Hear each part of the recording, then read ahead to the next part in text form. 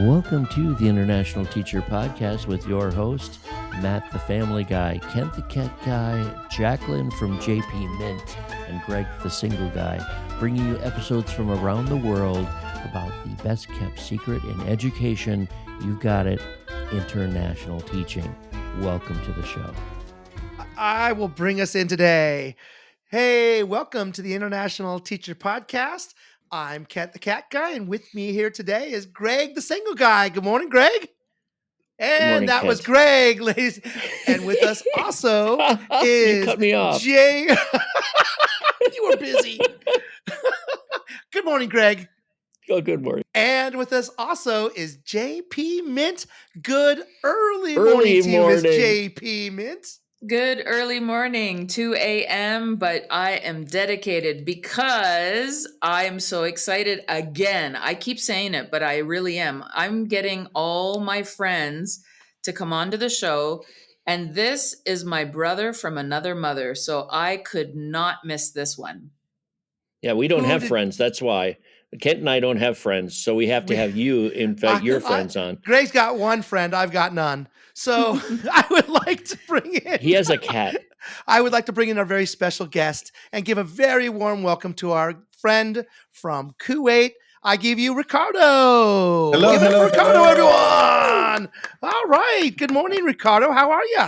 Good morning. Good morning. I'm doing great. You know, it's sunny like every other day. Yeah. We would love to hear a little bit about your journey, where you've been, how you got to where you are today. Just give us an audience, give our audience a chance to get to know you just a little bit, Ricardo. Okay, I'm originally from Panama in Central America. I was born and raised there. I was lucky enough that my parents used to work for what used to be called the Chiquita Land Company, which is a subsidiary of the United Fruit Company. So it was all connected to the bananas. You know, quite possibly the world's perfect food. And beyond that, a little commercial there. You slipped that in. Brought to you by Bananas Brought of to you America. by United Chiquita. Fruit Company. Get yourself a banana today. Don't interrupt him, Kent. Let him Go ahead. speak, Greg. Perfect. Let him speak. No, thanks to them, I was able to get like this international education. I did my whole elementary school at this school that the company brought. So all our teachers were from the U.S. Like the only one that perhaps was somewhat from a different country was my first grade teacher. She was from the U.K., but she was married to a Panamanian doctor, and that's why she was there. Right after that, after finishing high school in Panama, I started university and then went to North Carolina in the United States to pursue a master's degree. And while there, one of my professors actually persuaded me into staying and changing careers to go into teaching Spanish or even English as a second language. So I ended up staying there for 6 years in the northeastern part of North Carolina in a small town or county called Gates County. Although most of my friends call it the Boondocks, but yeah.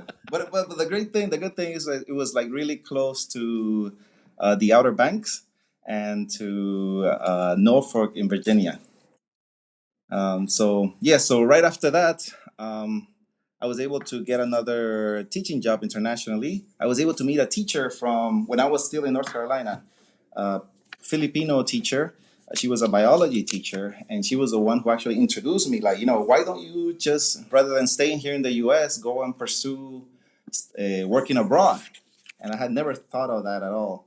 And then she introduced me to one of the search engines out there for getting teaching jobs abroad. And next thing I landed in the Sultanate of Oman. And long before I accepted that job, I really actually had to go into the map and say, where is this place called Oman? But I did too. Yes. I did too. I did the exact same thing, and I thought it was the place where Michael Jackson went because of the Sultanate, you know, that key word. And then I realized, oh wait, no, that's Brunei. That's on the other side of the planet. But really, I was so confused. Yes. And that's where I actually met JP Mint. And we were there together for like almost like 7 years, working there side by side in this wonderful, amazing department, world language department. From there, an opening came up. I was able to go back to the U.S.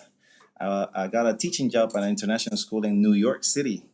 So that was a big, big, big bless. JP Mint actually helped me she guided me on this tour, and thanks to her. I remember I was in an RV, and I was in my RV on a tour of the US. I had to pull over because one of your references, or one of your schools, was going to call me as a reference. And so I pulled over and I had to turn off the diesel engine because otherwise we wouldn't have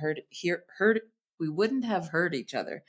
And so yeah, I was like sitting on the side of a highway somewhere, and I think I was somewhere between New Orleans and Tennessee, and I was just talking you up. I was like, this is the best Spanish teacher I've ever met. You've got to hire him. So yeah, I recall that very, very well. Yeah. So thanks to her, I was able to be in New York City. Ricardo, do you want to tell our listeners what school in New York, or would you rather not mention them? No, yeah, it was definitely the United Nations International School. Okay. Yes. Yes. So it was definitely, I loved my time there.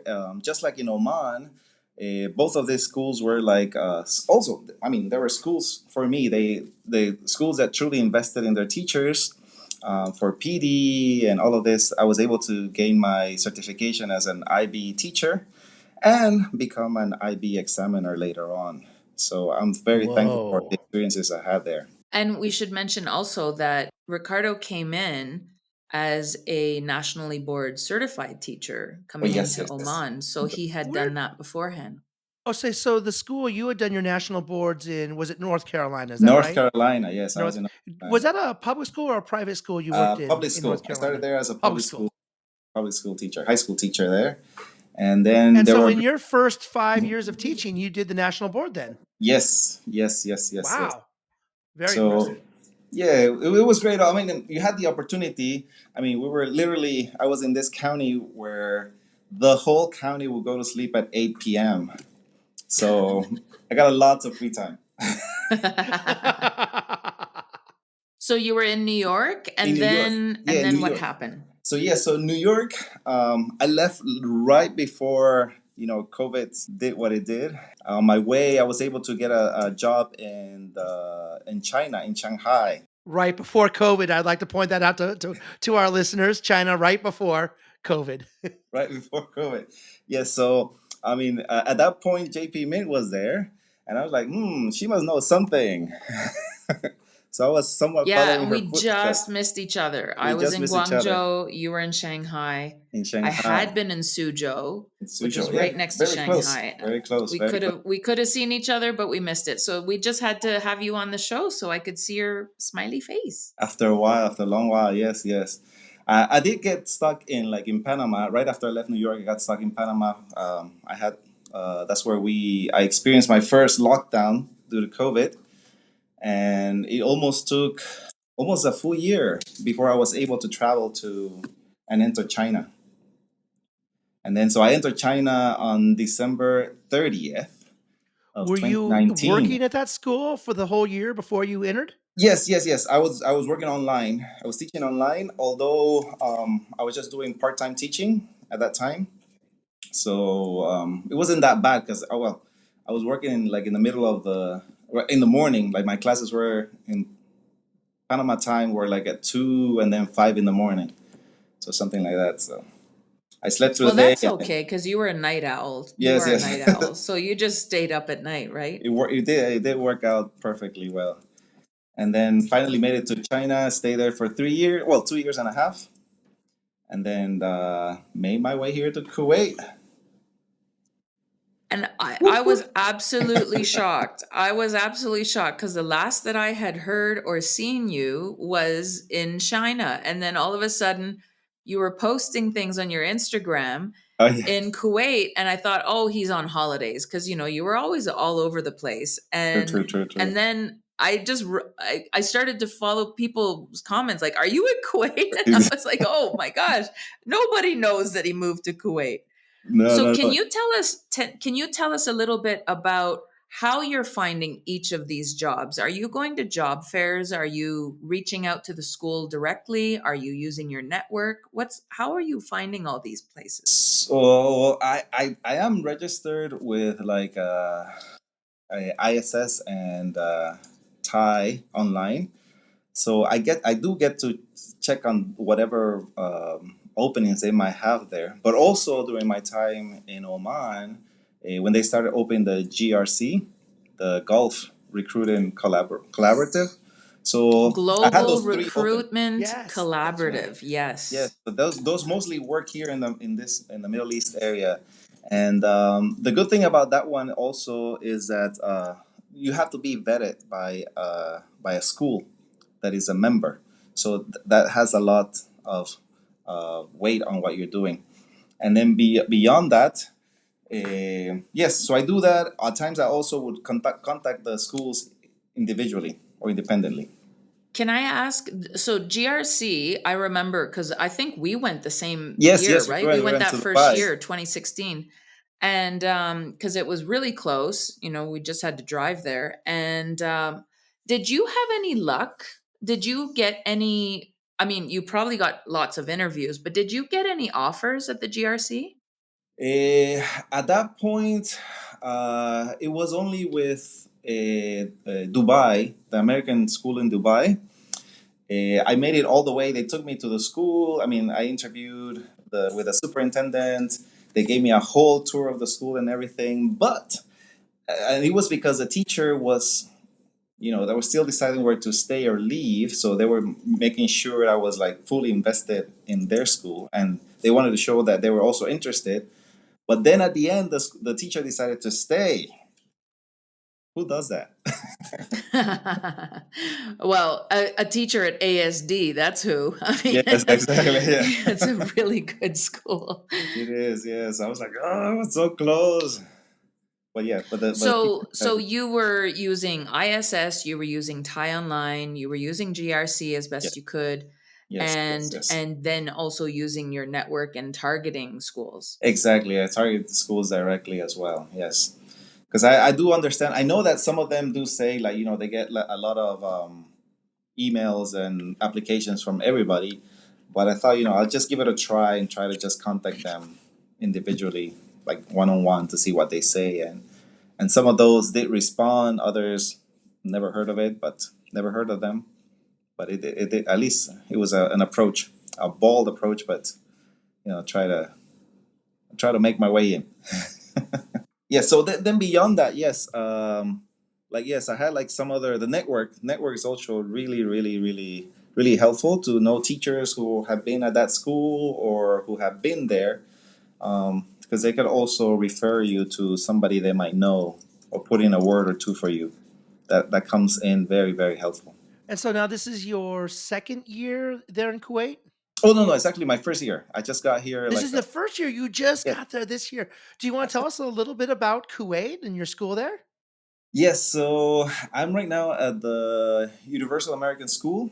One of the reasons I accepted the job here is because they are they have been authorized by CIS and other accreditation school organizations. So that was a big plus because I have been like an accreditor, and I have worked for these organizations before. So in order to get back on this process, I had to be part of a school that was a member of CIS. So that was a big thing. Yeah, the school was very helpful. I mean, I gotta say, they follow the AP. So it's usually like Common Core, and it's like being in a school in the U.S. I am very thankful for all they did to bring me here.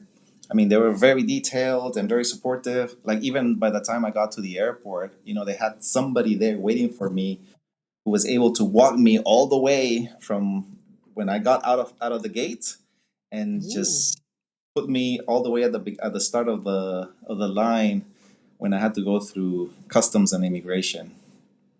that's the VIP Yeah, treatment yeah, it right That's was there. VIP right. period from beginning to end. And the good thing is that they have this huge building right in front of the school. It's like 10-story building, and this is where they house all the teachers. So there are like at least four apartments per floor, and you have usually 4 teachers per floor. It's usually most of the singles are here, and so we hang out here, and then we do like in the basement we have like a whole full gym. We have the laundry room. We have a little game place and a nice entertainment center. So I guess they don't want us to leave the building. Are you within walking distance of school then? I didn't hear that before. Yes. The school is just literally 3 minutes away. Walking Good, from. because otherwise you had to find a car. When I lived there back 100 years ago, we had, never forget it. The first time I landed, I had been coming from Egypt, and I thought I knew a little bit of Arabic, but we got into a taxi. My friend Mario and I got into a taxi, and then we forgot how to get back. So the first night we went out into the city, and it's like 30 minutes on the highway to get through all the traffic Oh cams yeah. and everything. Yeah. And then we went back, and on the way back, we couldn't tell the taxi where we were because we had just landed that morning. And I couldn't speak Egyptian Arabic to him because he didn't understand. He was speaking Gulf Arabic. And I mean, I used to know right and left and straight and stop and all that stuff, but it was the freakiest thing. We're like, duh, you don't go in a taxi cab the first night if you don't speak the language. And he didn't even speak very much English. He was from Sri Lanka, but he had just gotten there. And that's it. I mean, we didn't know how to get back. It took us an hour just driving around looking for building, and they all look the same. They do. They all have Welcome to Kuwait. My small piece of advice is when you leave your house for the first week, turn around and try to memorize what it looks like so you can find it again. Take a photo. Well, now you can map it Take on a your photo phone, of it. right? True. You can now, but back then probably not. Yeah, but again, that's what I'm saying. I was very lucky. Like I had like full on service. Like JP Min said, is a VIP from the moment I landed all the way to they escorted me. We went to a store. They took me to a Zane store so I could get my chip for my phone, so I could be connected, and started with the internet service. And then they brought me to my apartment. They walked me around. They had like just like in Oman, I had like the bare minimum there, but I had a few groceries like that would last at least for 2 or 3 days before I could start getting settled. We're on this topic, but we usually bring this up at the end, but I really want to know this answer from Ricardo. Yeah. Ricardo, what are the 3 things you bring that make your place feel like home? Because I remember early that in the show. apartment in Oman. I know, but it's just we're talking about it. He True. is a minimalist, Greg. Yes. He does not travel with me, stuff. yeah. So I want to know, what do you have? What are the 3 things that you bring that make you feel like home?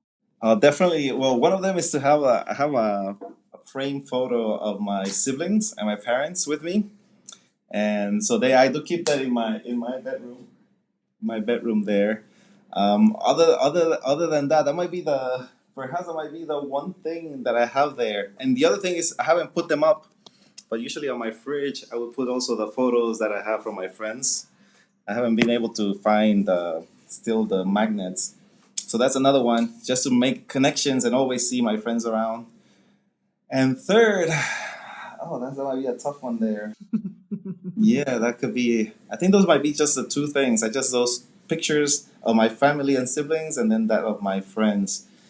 Beyond that, I mean, as you said, arrived with 2 suitcases. I just arrived with 2 suitcases. And no shipment of things. You just No shipment. kind of what you could carry is what you brought with you. Exactly. All my life is in those 2 suitcases, and that's what I thought you said shipment, and I'm like, this is a family show, Kent. Keep the language. What are you talking about?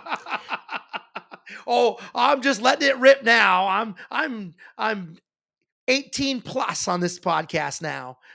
Ricardo, can I ask you a question about Kuwait? Did you Yes, sign a 2-year contract? A lot of international schools, for our listeners out there, a lot of them initiate with a 2-year contract. So did you sign a 2-year? Exactly. Yes. I did sign a 2-year contract. And then after that, you're given the option to sign a 1-year contract or just go again for a 2-year contract. And the other thing I was going to ask you about this is that being in Kuwait, one of the most amazing things that I found when I got there was living in a country where the Kuwaiti dinar is more valuable than the US dollar. So the first time I looked at my payment, like for my salary, it was like a low hundred or something, like 600 or something back in the day. And I was like, oh my God, I only made like $600. I mean, how much is this? And it turned out it was 3.5 to the dollar back then. Right. Which is it's so weird. It's like, it's one of those little things you never think about living in your own country, about going to a country, even if you travel, to go to another country and you get maybe their currency is less as strong as yours, right? And being in the US, you're used to the strong almighty dollar. But boy, Kuwaiti dinar, is it still about 3.5 or is it? I haven't checked in a long time. Yes, yes, yes. It does fluctuate from time, but usually stays between, yes, 3.5, 3.75, 3.75. So for our listeners out there, that's like $1. I mean, $3.5 is equal to one of their dinar currency. And it's so strange because you think you're paying just a little bit for something, but you're actually paying 3.5 times whatever the price is in dollars.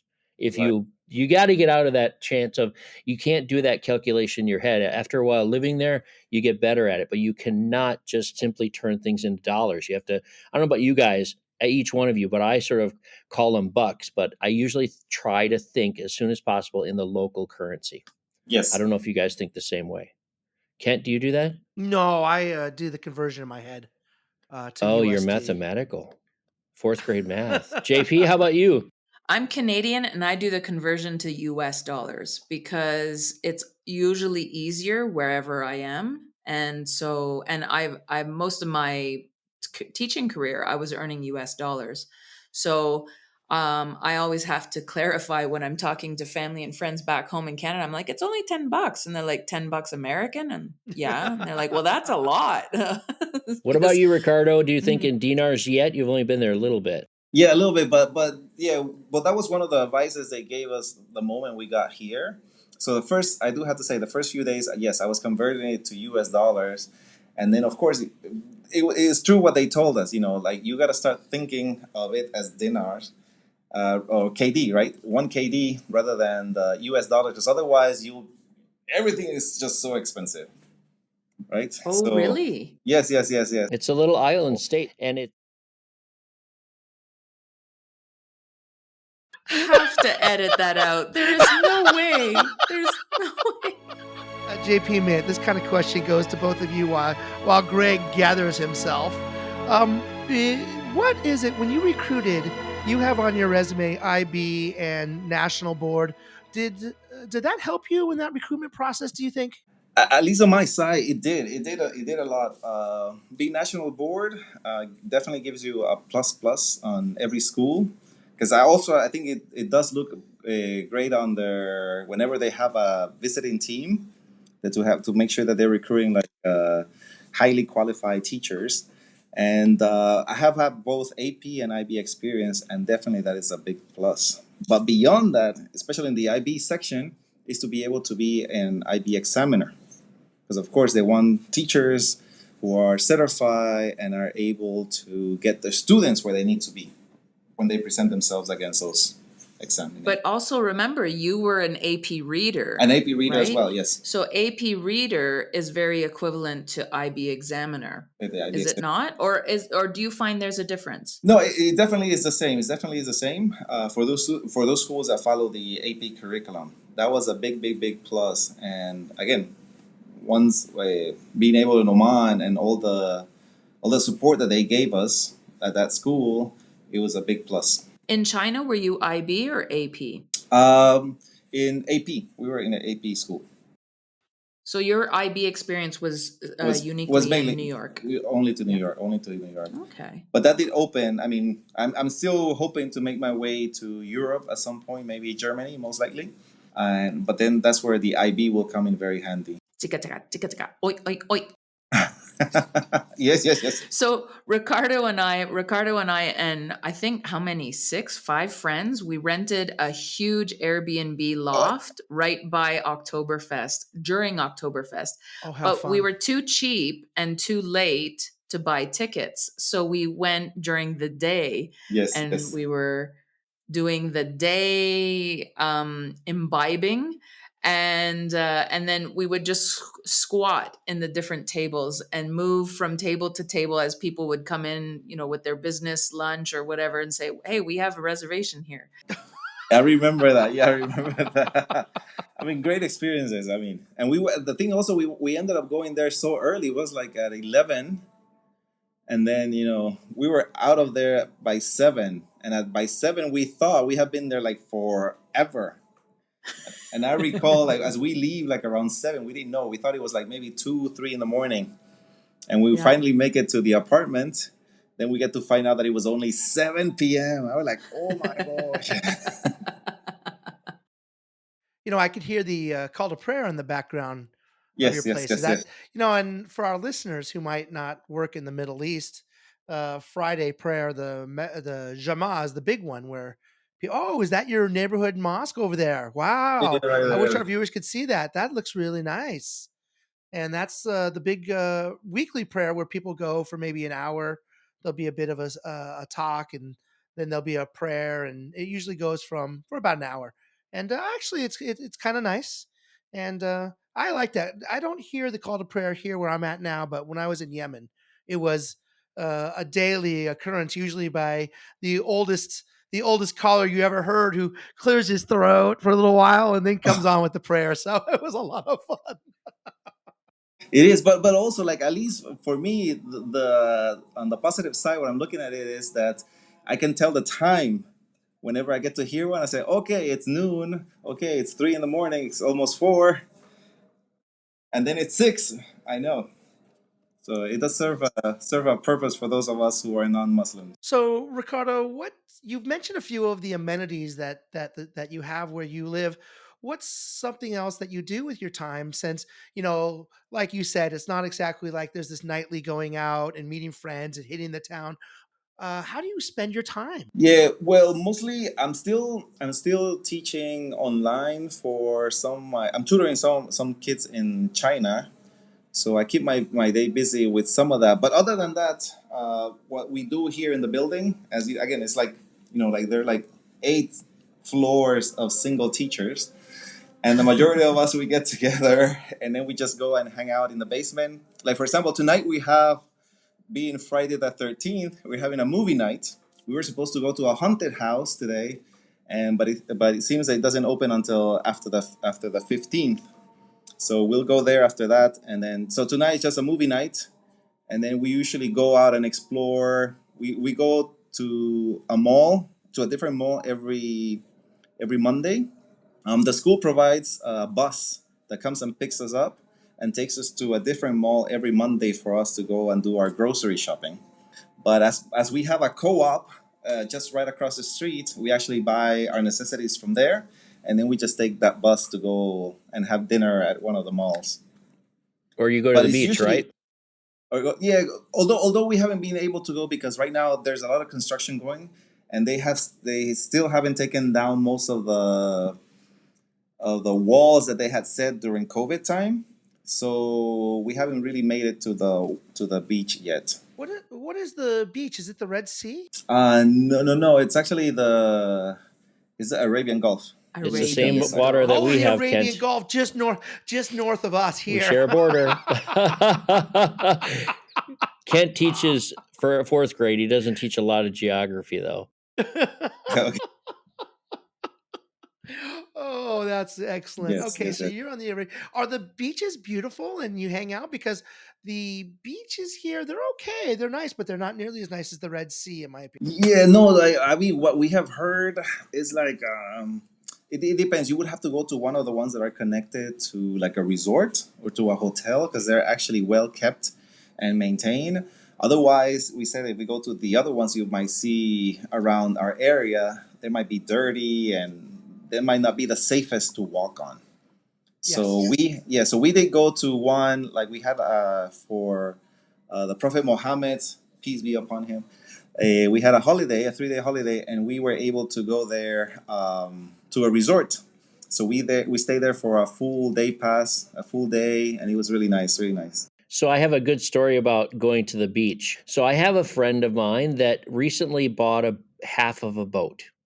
And I said, what? We're having a conversation. I said, what do you mean you bought half a boat? And this comes around to the beach thing right where you are. Well, our beaches, the best beach is part of a marina. In order to become part of the marina, you have to own a boat. So this person bought half of a boat unseen from another person, and she doesn't even know what kind of sailboat it is, right? She doesn't have any clue what it is. And I said, well, what's its name? She goes, I don't even know its name. And I said, why did you buy half of a boat? Did you buy the port side, or did you buy the starboard side, or the front of the bow, or the stern? She goes, what do you mean? I bought the whole boat. I said, but you only bought half of it. And she's joke over. She says, I bought the boat so that I could just go to the marina beach. So it's a great investment because she loves to go to this beach, but you have to be a member of the marina to do it. And otherwise it's complicated and expensive. So I hope she has a good time in her boat. And she says, I'll probably never even see my boat. To have a boat on that. Wow.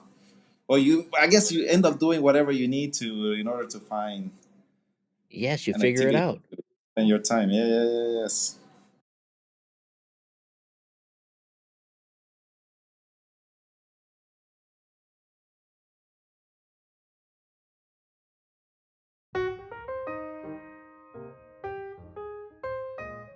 All right, let's take a moment for a little commercial about how to get in touch with us. You can, of course, find all four of us at the itpexpat.com. That's www.itpexpat.com. Or you could also find us at email at internationalteacherpodcast@gmail.com. We look forward to hearing from you. Or if you're into Facebook, we have a new Facebook group at www.facebook.com/groups/ITPexpat, where you can find all kinds of inside information about ITP Expat. You can also find us on Instagram at ITPXpats. That's with an S. ITPXpats is our handle. All right, and thank you, listeners. We have over 100 countries represented by So, our Ricardo, listeners. another And thing though we're that not monetized, I we are remember you here for for, you, and we and would like to thank also all of you for listening. still know you So let's for, get back especially to on the your show. Instagram, is your travels. So Ricardo has he has this look that he fits in and looks local in almost every single country he's ever been in. And they always approach him and speak to him in the language. And so I remember we went on a Paris trip with kids from Oman, and everybody was talking to him in French. They thought he was right from France. Whenever he goes to, Spain, Italy.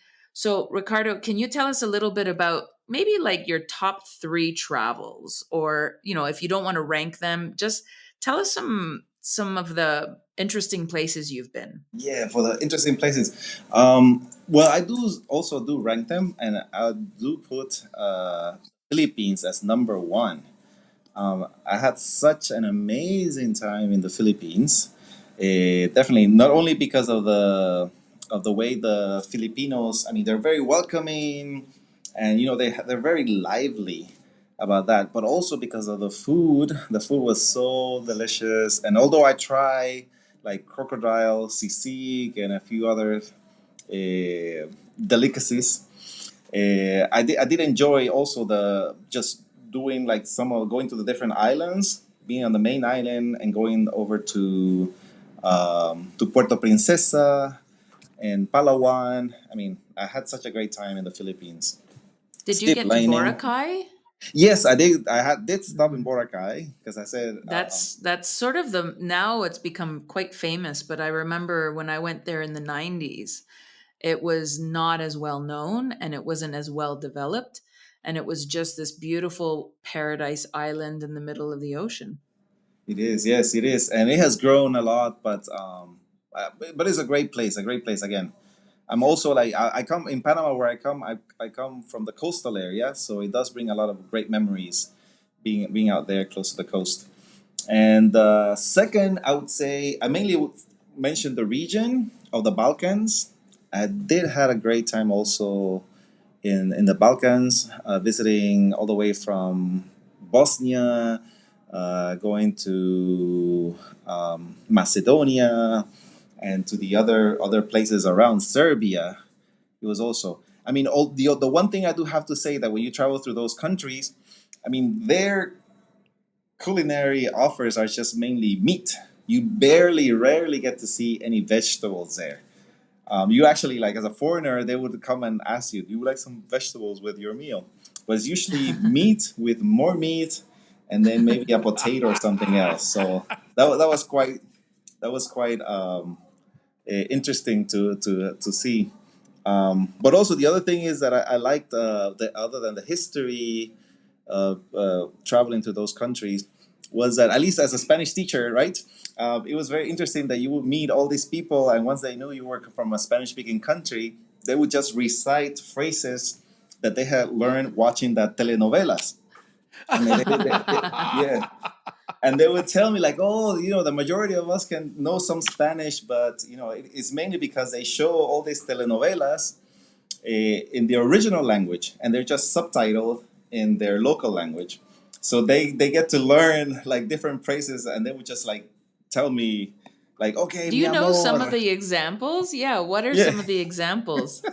Well, mostly some of them will be like very romantic, right, and somewhat cheesy. Like, oh, like, mi amor, ¿dónde estás? ¿Por qué? But they brought in the whole drama that comes along with watching telenovelas. Hey, Ricardo, I have the Yes, best sir. thing for anybody that speaks Spanish out there. JP Mint, you'll appreciate this too. If you go onto YouTube and you type in Que Hora Es, it's Oh, a soap opera. It's a gag. It's a soap opera for first semester Spanish speakers, and it is great. There's two different episodes of it that are official. You will laugh so hard because it's excellent gringo Spanish, right? And I love it. So every Spanish speaker I've ever shared it with is just loves it, passes it on to everybody. And then there's another one. It's like the Spanish love song, and it's this guy oh, that sings about like Erica Estrada and stuff, but it's total gringo Spanish, and he does two different episodes on that for YouTube also. Look at both of those, and JP, you should probably put it on your blog or something, because you'll die laughing. When I go onto WhatsApp, if I type in Que Hora Es, I will get about 50 responses of ocho, right? And you'll understand that once you watch it. But these are friends of mine that I was in Italy with. We were studying Italian, and two of the guys were from Guatemala. So we had two Guates, and we had someone from Palestine, and someone from Saudi, and someone from me, and then someone from where else were they from? But anyway, all of us watched this show, cracked up every time we saw it. You need to all go to that show and type it in for YouTube and find it. So, listeners, that's your homework tonight. Ricardo, you need to do that as soon as we're done. You too, JP. for sure. It sounds like he already knew. Yes. Had you already heard this? Yes. That's it's very, like, at least in the Spanish teacher community, there's something we do share a lot, and kids love it. They'll just even ask like, "Oh, can we watch like Que Hora Es?" Because we While watch we're the, yeah. talking about languages, Ricardo, what are some of the languages that you're interested in just kind of working on a little bit? You're there in Kuwait. Is Arabic a language that you're Yes. interested in? Yes, definitely. That's another plus of me coming here. I definitely wanted to continue improving my Arabic. There's a big connection between Arabic and Spanish, so I know at least close to 10% of the vocab because of what we say in Spanish, and the influence that Arabic originally had in the Spanish language itself. So that's definitely one that I'm trying here to improve.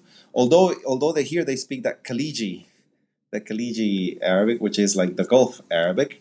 However, now I'm finding out that the Kuwaitis also have their own type of slang. So yeah, so that's another thing. In these travels, and when you're moving around the different countries or groups of countries, sometimes your travels will take you, like you say, to the Balkans. So that would take you to several countries. Yes.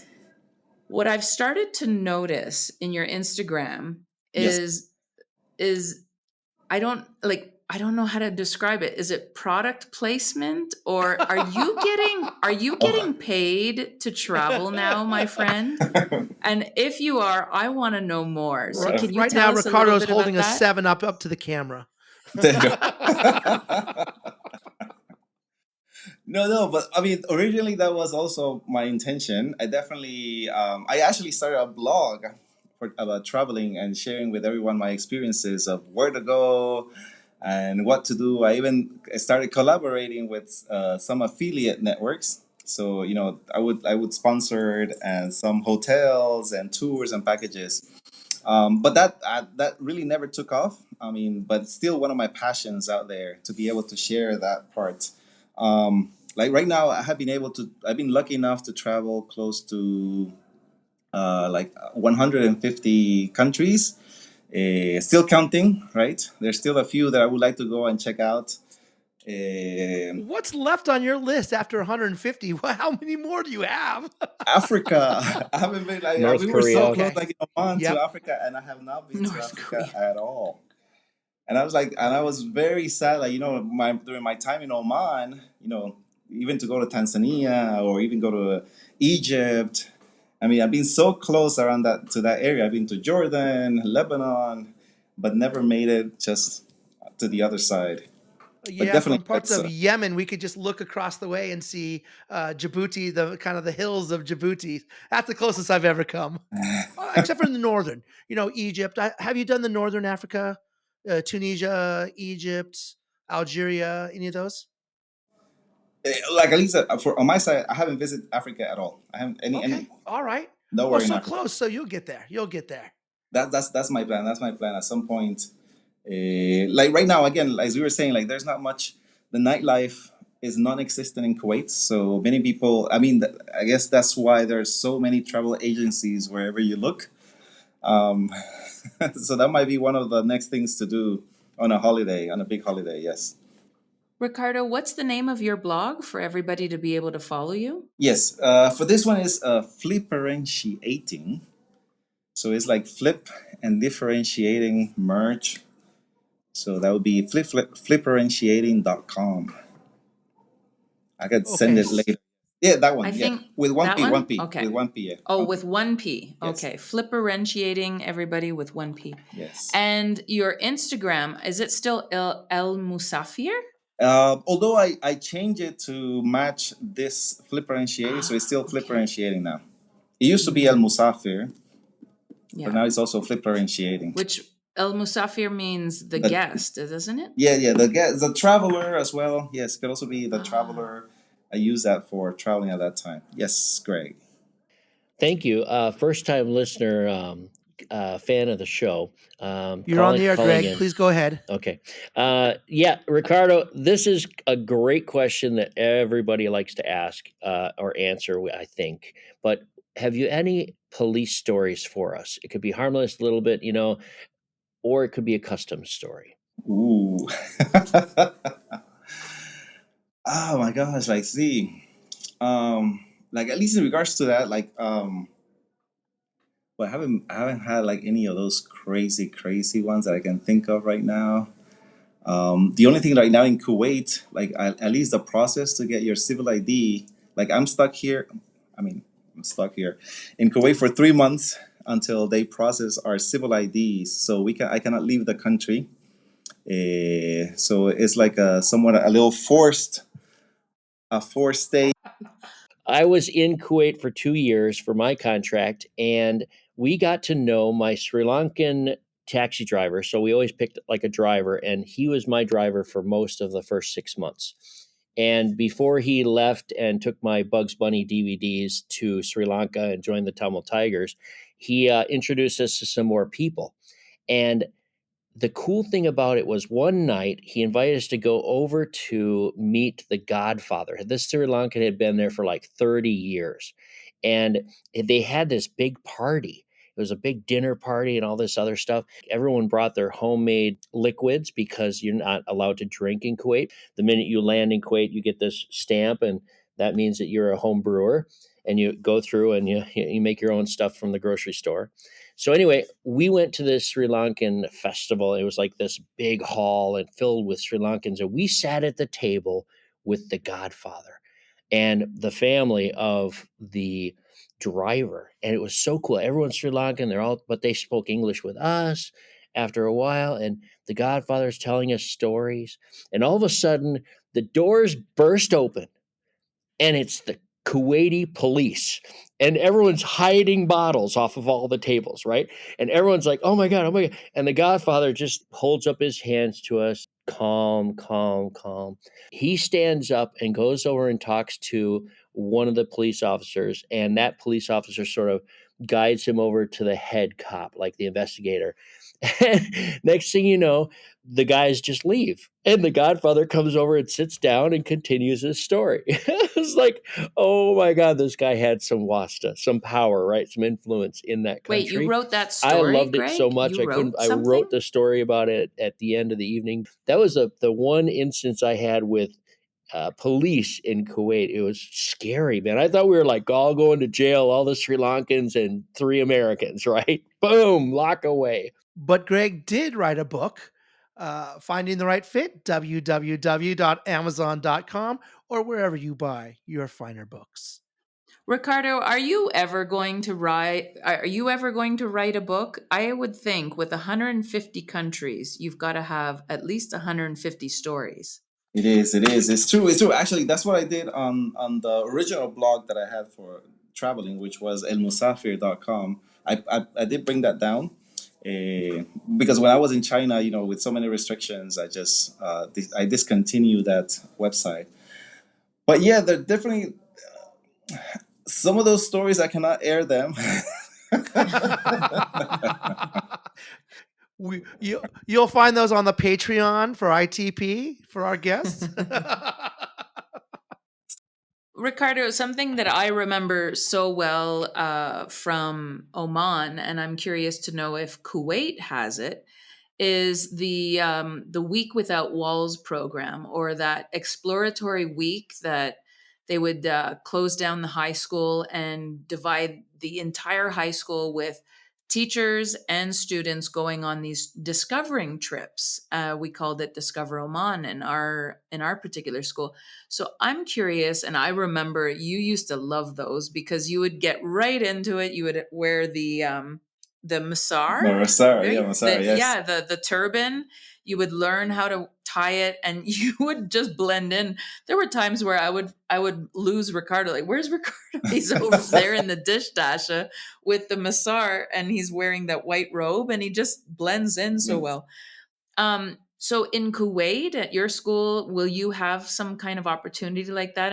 And then also, is it going to be Discover Kuwait, or will it be Discover the Middle East, or? Yes, for now, I do have to say that we don't have that program, but this year I have taken the position as a student life coordinator, and that's definitely something that I'm willing to open up that opportunity the thing is that the majority of the students are actually Kuwaiti. Yes, they might have like a double passport, and so the majority were born and raised here, or maybe perhaps born here in Kuwait and went to some other countries where their parents were diplomats or they were employed and then came back. So we don't have that element of that many international students needed to get to know more Kuwait.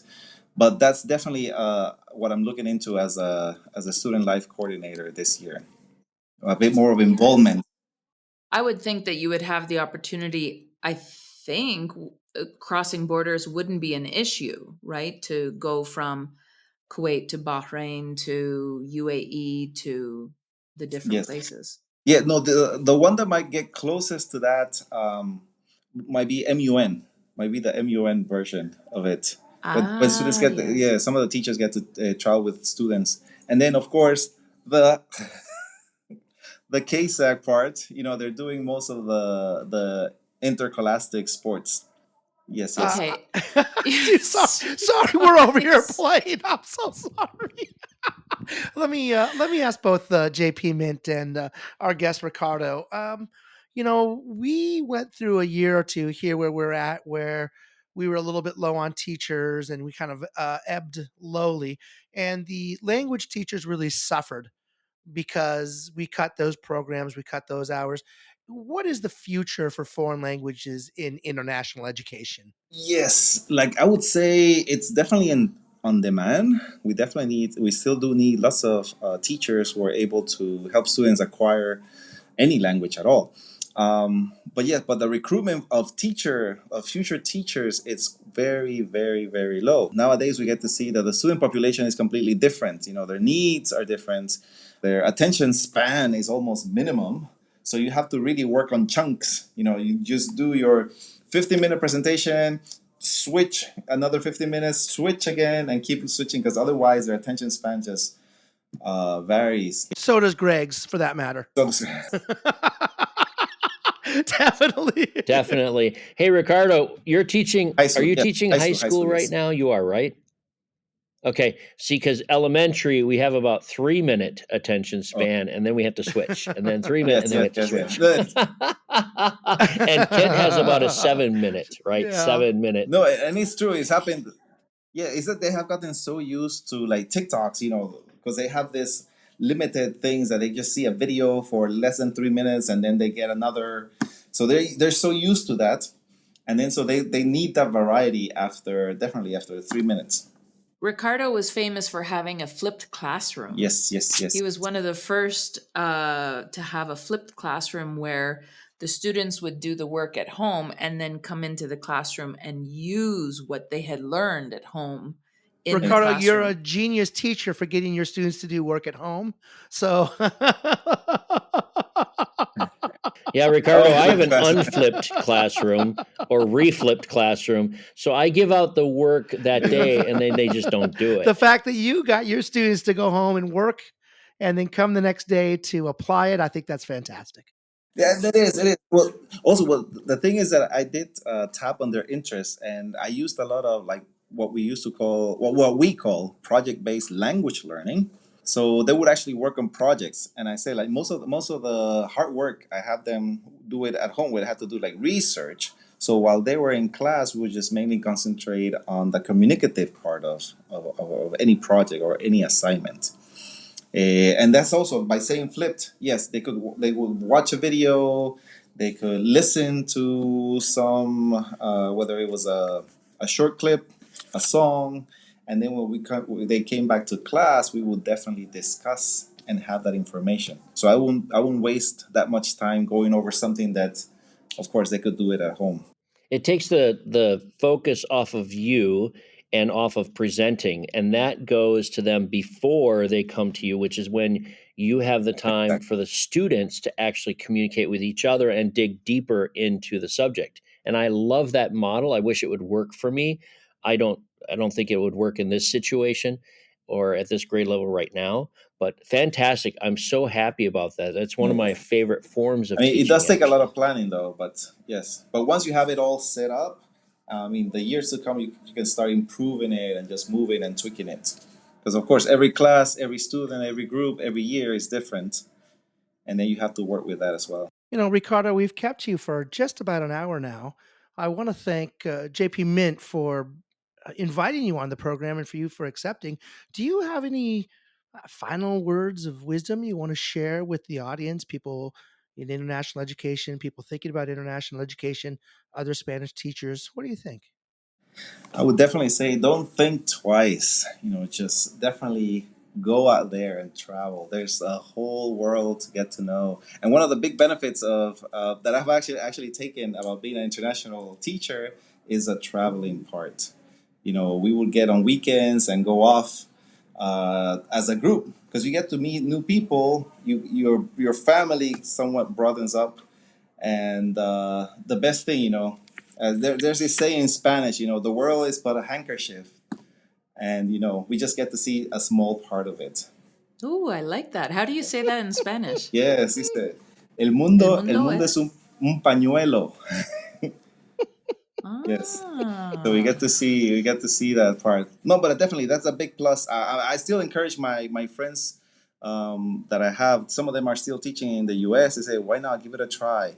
I know it might feel a little bit daunting because they say, yeah, well, you know, they're living behind their comfort zone, but they will you it's just like students, you know, learning or acquiring a language. You'll never know how much you can actually do until you just go out there and try yourself. Try it. That's fantastic.